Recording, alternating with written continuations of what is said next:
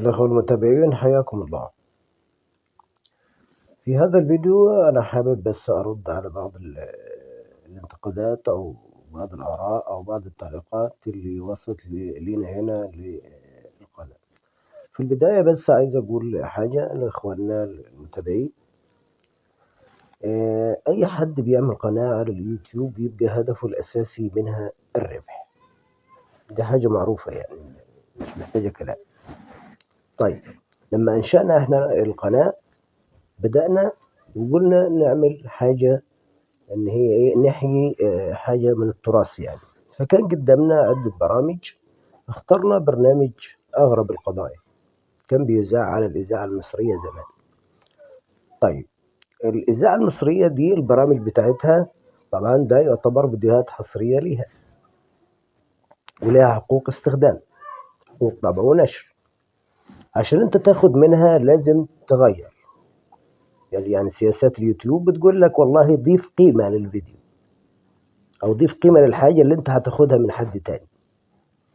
طيب، بدأنا احنا نعمل صور مثلا ونركبها كده على بعض بتبقى مناسبة للقصة اللي بتسرد أو القصة اللي بتحكى، يعني نوعا ما بتبقى مناسبة ليها يعني، أو في العصر اللي هي بتحكي فيه القضية، أو القضية بتحكى مثلا في الخمسينات بنجيب صور من الخمسينات، في حارة شعبية بنجيب حارة كده عشان نعمل نوع من الإثارة والتشويق. طيب، وصلنا للشروط أو حققنا يعني الشروط اللي هي 4000 ساعة مشاهدة و1000 مشترك، وقدمنا القناة عشان تتراجع وعشان تحقق ربح.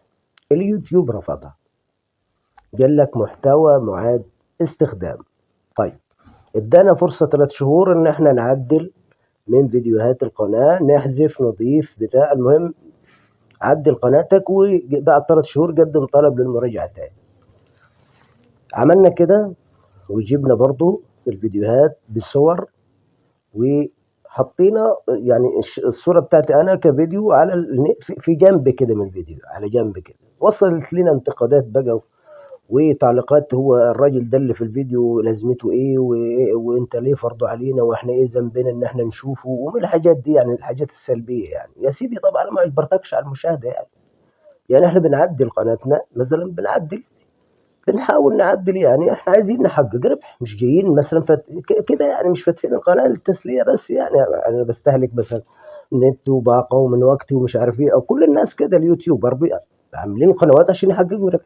طيب ماشي، تجاوزنا عن هذه التعليقات والاراء السلبيه والاهانات اللي توجهت لينا يعني.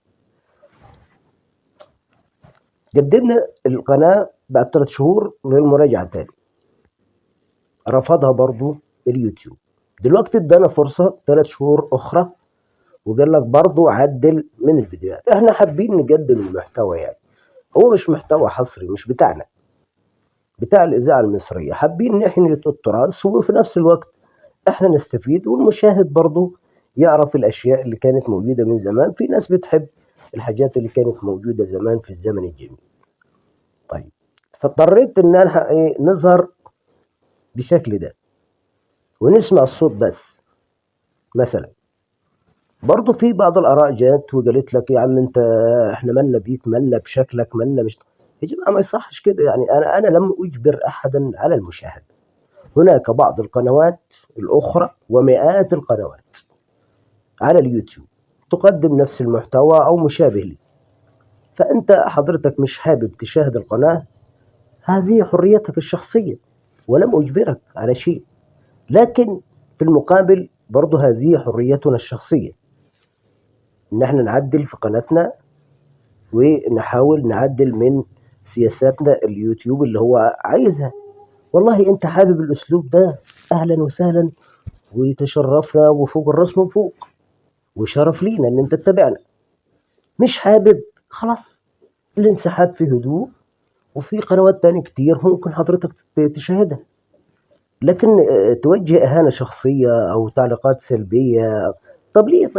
طب ليه يا سيدي؟ ما في ناس بتقدم محتويات تانية، احنا مش عايزين نقول يعني، مش عايزين نقول محتويات يعني بتخالف في كل الأعراف والتقاليد ولا حد بيقدر يتكلم، بتشوفها بالساعتين والثلاثة الناس أنت مش حابب نوعية الفيديوهات دي، خلاص براحتك. يعني ما اجبرتكش انا ان انت تشوفها او تشاهدها، لكن مش من الاخلاق ولا من الدين ولا حتى من العادات والتقاليد ان انت توجه لينا اهانه او تشتم. يعني طب مش عارف يعني والله اقول ايه. انا مستاء جدا الحقيقه يعني لبعض هذه الاشخاص يعني، لكن هم اشخاص غير مسؤولين بالمره. لان لو انسان محترم عمره ما هيوجه اهانه لحد مثلا يعرف انت مش عاجبك ما تتفرجش، خلاص سيب، اقلب. ملايين القنوات على اليوتيوب، مش عاجبك القناه يا سيدي خلاص. طب توجه اهانه وشتيمه للناس ليه يعني؟ ما انت ما بتضمنش ظروف حد يعني، كل واحد ليه ظروفه. انت مش عاجباك القناه خلاص، غيرها كتير. لكن ما تقولناش احنا انت اعمل كذا وسوي كذا وانت فارض شكلك علينا ليه، وشكلك ما وسحنتك اللي مش عارف. طب سحنتي دي انا اللي خلقتها؟ يعني سحنتي او شكلي دي انا اللي خلقته؟ ليه يا جماعه كده بس؟ فانا برضو مستاء جدا من بعض الاهانات اللي وجهت لينا. لكن احنا في المقام الاول اللي الناس اللي بتتابعنا اهلا وسهلا وفوق الراس من فوق ومشرفينا واهلا وسهلا. هيبقى ده الاسلوب الجديد بتاع القناه. انت ممكن تغمض عينيك ما تشوفنيش خالص، يعني مالكش دخل بيا. انا هعمل كده واقعد ساكت وخلاص، وتسمع الاحداث لو انت حابب. مش حابب خلاص، والله دي حريتك الشخصيه، وما نقدرش نجبرك على انك انت تعمل حاجه ايه مش عايزها، ولا انت تقدر تجبرنا على ان احنا نعمل حاجه احنا مش عايزينها. لكن في الاول والاخير لازم يبقى في احترام المتبادل بيننا وبين حضراتكم. انت حضرتك حابب تتفرج اهلا وسهلا، مش حابب انسحب في هدوء زي ما احنا بنتفرج كتير على التيك توك وعلى القنوات وعلى الفيسبوك. مش عاجبك خلاص ما تعلق ما تهنش، ما يعني حتى الكلمة بتبقى محسوبة علينا يعني أمام ربنا. يعني أنت يعني هتشتم وتهين حد وبتاع، طب ليه طيب؟ هتستفيد إيه يعني؟ ما تضمنش الشخص اللي قدامك ده إيه ظروفه ولا إيه وضعه ولا إيه نظامه عشان تشتم وتهين. أنت عايز لك قناة تفصيل، اعمل أنت. ما يا جماعة يعني كل حد بيعمل سيستم معين لقناته أو حاجة معينة أو بيحاول يغير فيها يعدل فيها. أنت ما ضمنش ظروفه، انت عندك بدائل كتير. دي حاجة مش مفروضة عليك، محدش فرض عليك حاجة. ملايين القنوات على اليوتيوب، ملايين القنوات، محدش فرض عليك.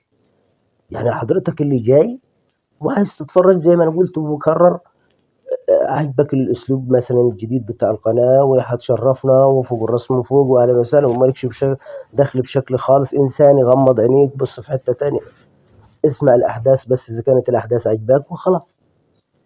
مش عاجبك خلاص انسحب في هدوء كده من غير ما تشتمنا ولا من غير ما توجه لنا إهانة. يعني ما ده اللي أنا كنت حابب أقوله. وده هيبقى الأسلوب بتاع القناة طبعا، وهنقدمها بعد كده إن شاء الله للمراجعة. ويتمنوا لنا يعني التوفيق، ونتمنى لحضراتكم قضاء أوقات مفيدة معنا. نتمنى لحضراتكم التوفيق، ونتمنى التوفيق لكل إنسان ولكل شخص في عمله. وأترككم في رعاية الله وأمنه، ودمتم في أمان الله.